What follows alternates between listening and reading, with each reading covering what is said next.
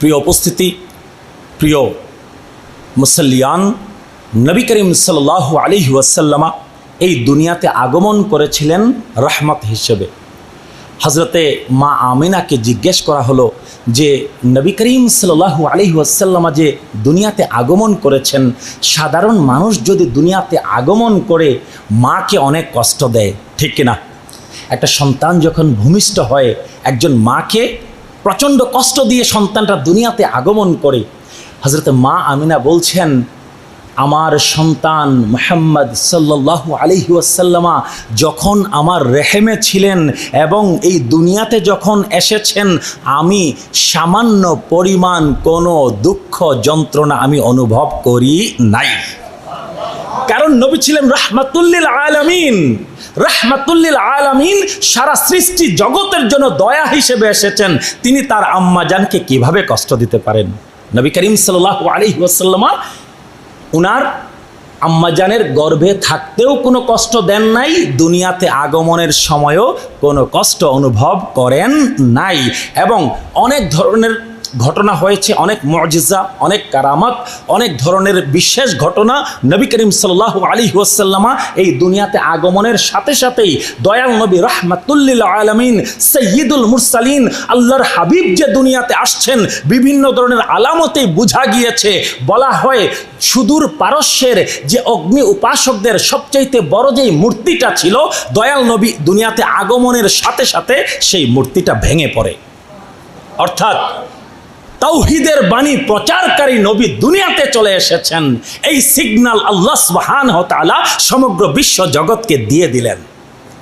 অনেকেই বলেছেন, তারিখের কিতাবে এসেছে, মক্কার কাবা শরীফের সামনে সবচাইতে বড় যে মূর্তিটা ছিল, হুবল নামক সেই মূর্তি, সেই মূর্তিটাও সেজদায় লুটিয়ে পড়ে দয়াল নবী এই দুনিয়াতে আগমনের সাথে সাথে। নবী করিম সাল্লাল্লাহু আলাইহি ওয়াসাল্লামা যখন দুনিয়াতে আগমন করেন, এর আগেই নবীজির চাচা, যিনি মুসলমান হন নাই, যিনি কাফের ছিলেন, মুশরিক অবস্থায় যিনি মারা গিয়েছেন, আবু লাহাব, নবী করিম সাল্লাল্লাহু আলাইহি ওয়াসাল্লামার চাচা, কিন্তু তিনি যখন খবর পেলেন যে উনার ভাই হজরতে আব্দুল্লাহ, উনার সন্তান দুনিয়াতে আসছেন, তিনি করলেন কি, উনার সুয়াইবা নামে একজন দাসীকে হজরতে মা আমিনার খেদমতে পাঠিয়ে দিলেন। এই সুয়াইবা দাসী দয়াল নবীজির দুনিয়াতে আগমনের পর, বুখারী শরীফের সহিহ হাদিস, তিনি আবু লাহাবের কাছে দৌড়ে আসলেন। আবু লাহাব তখন কাবা শরীফের সামনে বসা। ওই সুয়াইবা দাসী দৌড়ে এসে বলছেন যে আপনার ভাই আব্দুল্লাহর ঘর আলোকিত করে একজন পুত্র সন্তান আগমন করেছেন। ওই সুয়াইবা দাসী কিন্তু বলেন না যে দয়াল নবী দুনিয়াতে আগমন করেছেন, সাইয়্যিদুল মুরসালিন এসেছেন, না, আপনার ভাতিজা এসেছেন, আপনার যেই ভাই দুনিয়াতে নাই, ওনার ঘর আলোকিত করে একজন পুত্র সন্তান এসেছেন।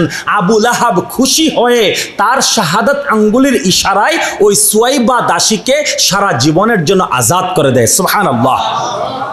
বুখারী শরীফের সহিহ হাদিস।